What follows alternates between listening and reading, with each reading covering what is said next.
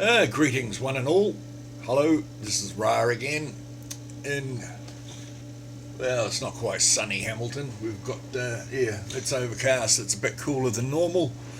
But hey, it's probably because of the all that Aussie smoke coming over here. Yeah, what a pity it wasn't the good stuff. Alrighty, okay. Now, yesterday, my computer started acting up, like it was just slowing right down to a crawl.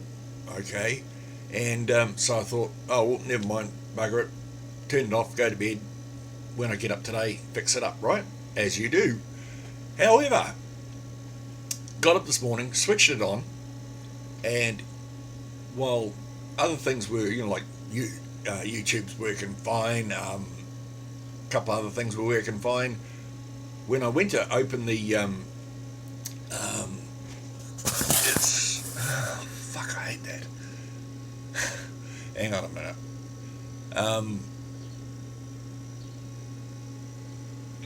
Okay, well, fuck it. I'm not even gonna try and yeah. Okay, shall we start this again? Okay. Well, anyway, I got up, opened up file directory, right, as you do, and it was taking a really weird long time to open. It just, all I'd get was this green line across the top, and that was it, nothing. So I thought, alrighty, I'll do a reset. That should fix it. So opened it up, and had the choice of doing a factory reset or a partial reset. Where the partial reset is where they leave the files and folders and everything intact, and it just cleans up the rest of the shit. So I thought, yeah, right, I'll do that. No worries at all. And, well, I just went ahead, clicked away, went and did my bizzo, and when the computer finally stopped doing the reset, I sat down and then thought, oh, bugger, I'm going to have to restore some of my apps that I needed, like uTorrent, CCleaner, a couple other things, And then that's when I realised, bing, a light went on, bing, bing.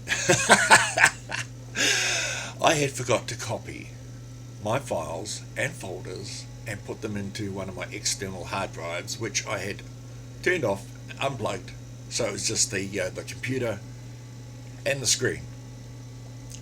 So, hundreds of photographs gone, hundreds of movies gone.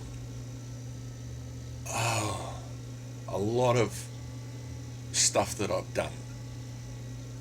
Photographs, YouTube videos, everything gone.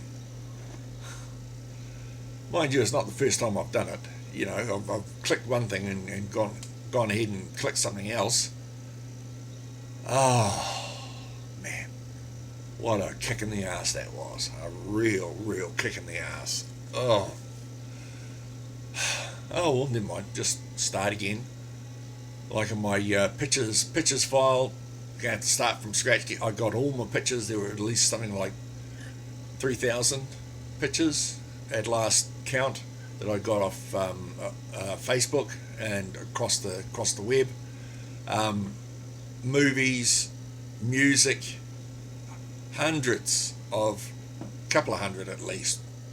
Albums that took me a while to find. Took a long time to download some of them. This is when I first started downloading, and it took a fucking age to do. Gone. So here I am, having to start all over again, and all I'm left with is memories of what was, rather than pictures of what I could have looked at.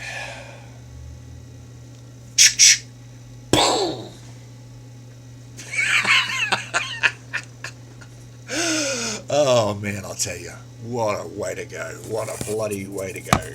And let's see if I can do it better this way. Don't. Okay. Yep. Ooh. Don't. Okay. Alrighty, okay, that's going to cause a problem.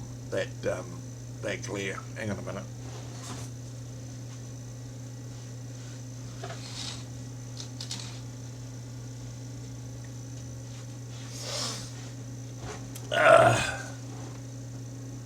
Oh, well, it helped. It helped. Alrighty, now, I don't normally read the New Zealand Herald. Basically, when it was just a plain old newspaper before internet, it was a great place to, like for looking for jobs or for the personal columns, yada yada, as you do. Now that it's on the internet, it's not really all that bloody interesting to look at. Now, except for these bits here. Don't let her leave. Aussies beggars Jacinda Ardern, our Prime Minister, to take over as Prime Minister for Aussies. Okay. I had no idea she was in Australia. Honestly, no idea at all. I don't know what she's doing there, why she's doing it. However, Australians have flooded social media with their pleas for Jacinda Ardern to take over as Prime Minister of their country after she was spotted dining with Clark Gayford at a New South Wales restaurant. No fucking idea who this Clark Gayford is.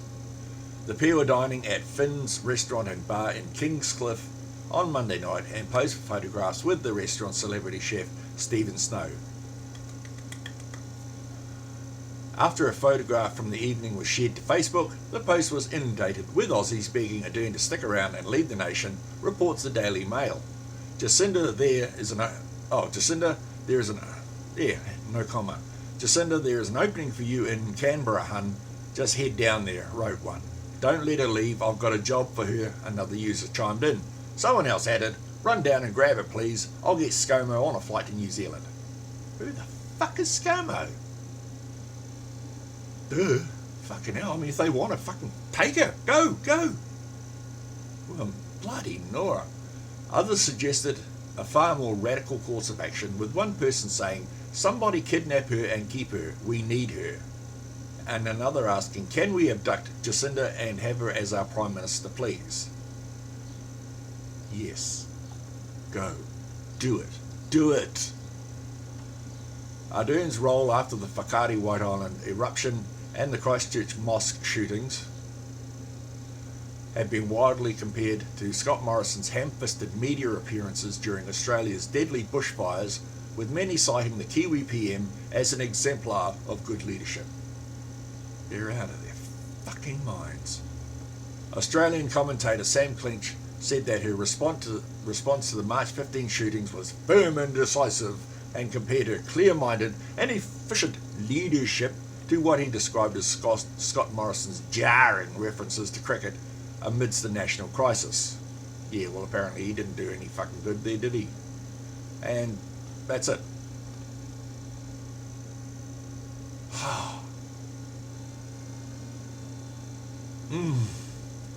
Australian commentator Sam Clinch said that her response to the March 15 shootings was firm and decisive, and compared her clear-minded and efficient leadership to what he described as Scott Morrison's jarring references to cricket amidst the national crisis. Firm and decisive, clear-minded and efficient leadership? All she did was wrap a fucking scarf around her head and... Fucking Jesus fucking Christ. Alrighty, okay, that's one. Here's another one that should make us Kiwis happy. New Zealand base not hit in Iraq attack, no withdrawal announcement.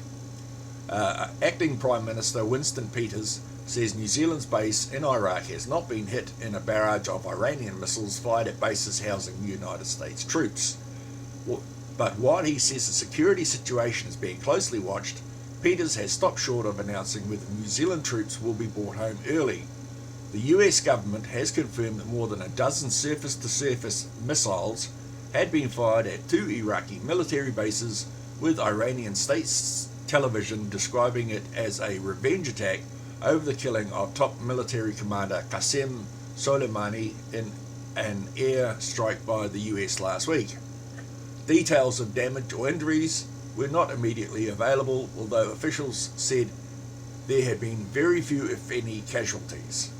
While the New Zealand Defence earlier investigated reports Camp Taji, where 45 New Zealand personnel are based, had been hit, Peters on Wednesday afternoon confirmed that the site had not been targeted. The government has been informed that all New Zealand personnel are as safe as they can be in these developing circumstances, he said. The government is working actively with our partners through military and diplomatic channels, and we continue to keep the security situation under close review, including implications for our personnel. Peters repeated an earlier call for calm, diplomacy and de-escalation. The government is working actively with our partners through military and diplomatic channels, and we continue to keep the security situation under close review, including implications for our personnel. New Zealanders have been training Iraqi troops out of Taji near Baghdad since 2015. 5 more New Zealanders are based in the city. Doing what? The government last year announced the mission would be ending by June 2020. Right. But concerns have been raised about the safety of New Zealand troops and that they could get caught up in Iranian strikes amid rising tension and rhetoric following Soleimani's killing. Peters' comments echoed those of Defence Minister Ron Mark, who earlier in the day said, while there were serious concerns about the situation, there was no plan for an immediate withdrawal. Alrighty, if you want to know who Ron Mark is as I say, Defence Minister. He was also a general, I think, in the New Zealand Army. He's a no-nonsense, no bullshit kind of guy. I'd follow him into battle. Easy. No worries. Choice. Okay. There's a blah, blah, blah, blah, blah. New Zealand authorities have also strongly advised 15 other New Zealanders believed to currently be in Iraq to leave immediately. These guys really have got to do some fucking spell check on this, man. There's no commas or gaps in between words. Jeez, let me guess. Written by... Nah, I'm not going to go there. Bound to have some pissy ant little shitty pants come running after me going, yay! Alrighty, okay, now... Excuse I. Coffee. So looks like not even the police are immune to crashing. See, he was going way too fast, says witness to police car crash on State Highway 1, Auckland. A man who witnessed a cop car crash on the southern motorway says it wasn't caused by him changing lanes, rather travelling too fast. The man who did not want to be named, because the cops would be fucking after him for opening his mouth, says he knew as soon as a patrol car passed him that he would crash due to high speed he was going. He was motoring, absolutely motoring, the man told Herald today. The officer somehow managed to escape with minor injuries after his car crashed on the motorway about 7:30 a.m. on Monday, before sliding across 3 lanes, crashing then flipping over a barrier and landing on its roof. Jesus fucking Christ, that's a bad one. The witness said he decided to speak out after another motorist, travelling in the northbound lane, claimed that the officer was changing lanes after getting stuck behind traffic. He switched 3 lanes at high speed, and there was something of a bend on the motorway, and he lost control of his car. It went airborne. It was unbelievable. I was, like anybody who must have saw it, was quite white with shock, the other motorist said. However, the Auckland man says cop car never changed lanes. He said he was travelling in the right-hand or fast lane of the southern motorway when he saw a police car coming up behind him with its lights and sirens on. He dutifully pulled into the middle of the lane and let the car pass before noticing a second patrol car coming up the fast lane. As he went past me, I was going 100 k's. He must have been absolutely motoring it because he just flew past me. Yeah, they do, man. They can go fucking fast, those bastards. He wasn't changing lanes at all. I watched him come up behind me and race past, and I was literally thinking to myself, he is going way too fast given the conditions, because Obviously, it was a bit greasy on the road with rain and stuff overnight. Translated, what he actually said was, Jesus Christ, he's going to fucking crash. There was a slight bend just after he passed me, about 200 or 300 metres up the road. And as he went around the slight bend, he just literally lost control. His nose went straight into the barrier, and then he slid so quickly across all three lanes, hit the barrier and went airborne and flipped in the air and landed on the roof. Whew, man. The man said he was surprised but pleased to hear the officer was able to walk away from the crash, given how horrific it looked. That's because police cars are fitted with roll bars, crash roll bars. So they're not like your average car. I mean, if that had been an average car, crumple. Everything is designed to crumple on impact. But the police cars aren't, because the police are worth more than your average citizen. The thing that annoyed me, though, he goes on, yeah, I appreciate that you're on a priority call, but you're in the second police car, not the first, so you didn't need to be going that fast in general. It's just stupid given the conditions. That's why the crash was so big, because he was going so fast. Given that the crash was 7:30 a.m. during the holidays, there were few cars on the road, which was fortunate, he said. Yeah, if that had been a non-holiday break, there would have been cars nose to tail, man. It would have been a fish in a barrel. Boom, boom, boom, boom, boom. I knew he was going to go all over the shop. It wasn't a big corner or anything, but it was just enough for his wheels, given the speed he was going on the wet motorway, that he managed to slide out. When contacted, a police spokesman said at the time the officer was responding to a priority job, an attempted robbery in South Auckland. However, they couldn't comment about the man's version of events. The Serious Crash Unit is investigating the circumstances of the crash, and as such, it is too early to provide any other details. Oh dear, oh dear. Oh, and okay. I'm not too sure how long I've been going. What is it? Oh shit! I've been going for 17 minutes. Woohoo! Okay, I'll leave it there. That is today. That's today's news for everybody. My name is Ra. Thanks for watching. Be cool, be kind, take care of each other, and don't forget to like and subscribe, ring the bell for notifications, all that really good shit. Okay, catch you later. Bye.